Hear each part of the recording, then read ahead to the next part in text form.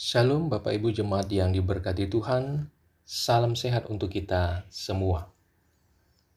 Marilah kita berdoa sebelum pembacaan firman Tuhan dan pemberitaan firman hari ini.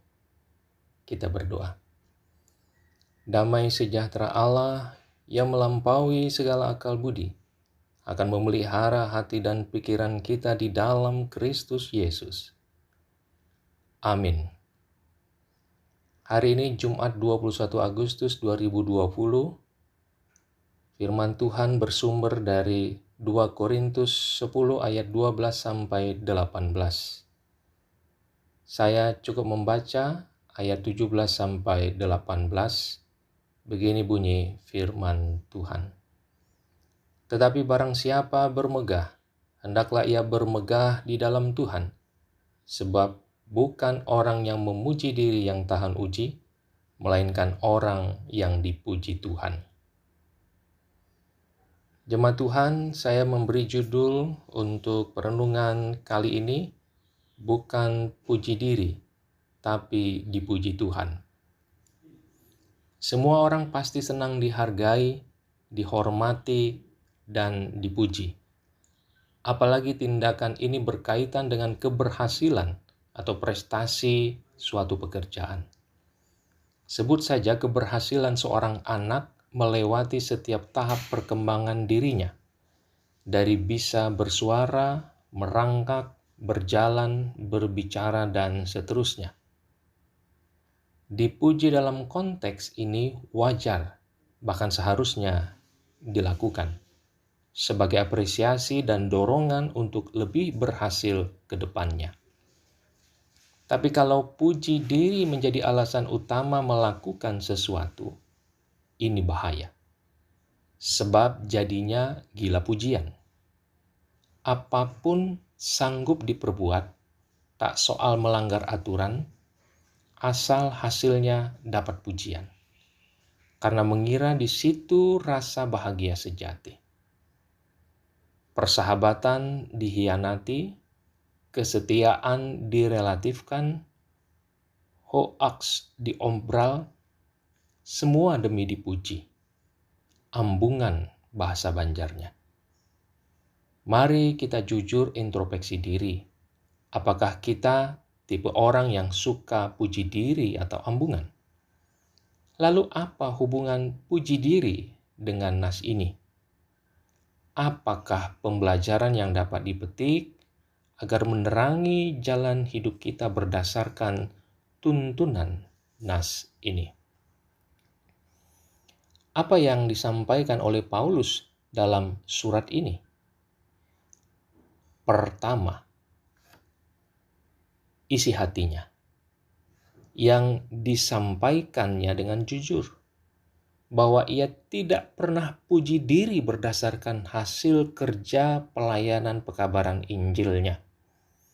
Semua dikerjakan berdasarkan batas-batas wilayah kerjanya, bukan mencaplok wilayah kerja orang lain demi puji diri. Kedua, klarifikasi. Disinilah Paulus meluruskan tuduhan terselubung pihak tertentu kalau ada tudingannya bahwa motivasi pelayanan Paulus adalah demi puji diri, supaya namanya makin populer. Berikutnya ia akan menanamkan pengaruh demi target kekuasaan. Ketiga, pengakuan pekerjaan Allah.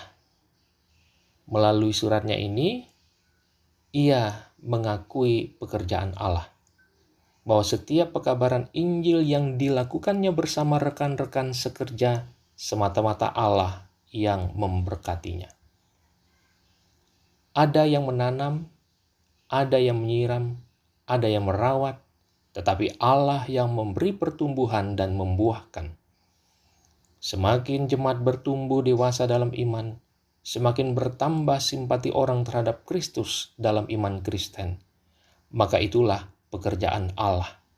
Sambil secara proporsional jemaat terus menghargai dan mendukung para pekerja dan pelayan Kristus dalam pekabaran Injil. Karena itu melalui suratnya dengan tegas Paulus sampaikan bahwa tidak ada satu alasan pembenaran bagi siapapun untuk menyombongkan dirinya. Yang keempat, inilah ungkapan syukur Paulus yang dinyatakan bukan ditutupi. Maksudnya, sampai di titik ini, dirinya masih eksis, tetap sehat dan sejahtera. Paulus tidak berubah motivasi, semangat dan kinerja terus melayani. Maka pernyataan itu yang dituliskannya bukanlah puji diri, tapi dipuji Tuhan. Sebab bukan orang yang memuji diri yang tahan uji, melainkan orang yang dipuji Tuhan. Inilah maksud surat Paulus. Apa pembelajaran yang dapat dipetik dari pengajaran Paulus dalam nas ini? Yang pertama, jangan sesumbar, jangan takabur. Bersikaplah rendah hati, apalagi terhadap prestasi yang diraih. Sebab sejatinya prestasi bukan karena kemampuan diri semata, tetapi kemurahan dan berkat dari Allah. Prestasi adalah hasil kolaborasi berkat kemurahan Allah yang ditanggapi dengan kerja ikhlas, kerja keras, kerja tuntas. Yang kedua, ingat pepatah tong kosong nyaring bunyinya. Orang yang sombong berkuar-kuar menyombongkan diri, sesungguhnya tidak ada apa-apanya. Sementara orang yang merendahkan diri tidak banyak bicara tapi suka bekerja, dialah yang berpotensi dan berprestasi. Pepatah ini mengingatkan kita bahwa menyombongkan diri dengan dalil dan alasan apapun tidak pernah memberi kepuasan yang hakiki. Adapun rasa kepuasan itu hanya semu belaka dan muaranya jadi kejatuhan diri. Siapa sih yang senang berteman dengan orang yang sombong selain daripada dia yang mencari untung dengan mengambung-ambung yang sombong itu? Jemaat Tuhan, ingat, jangan puji diri.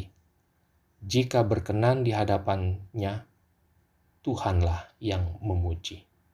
Selamat berbakti dan melayani, Tuhan menolong dan memberkati. Amin. Salam sehat selalu untuk kita dalam Tuhan Yesus.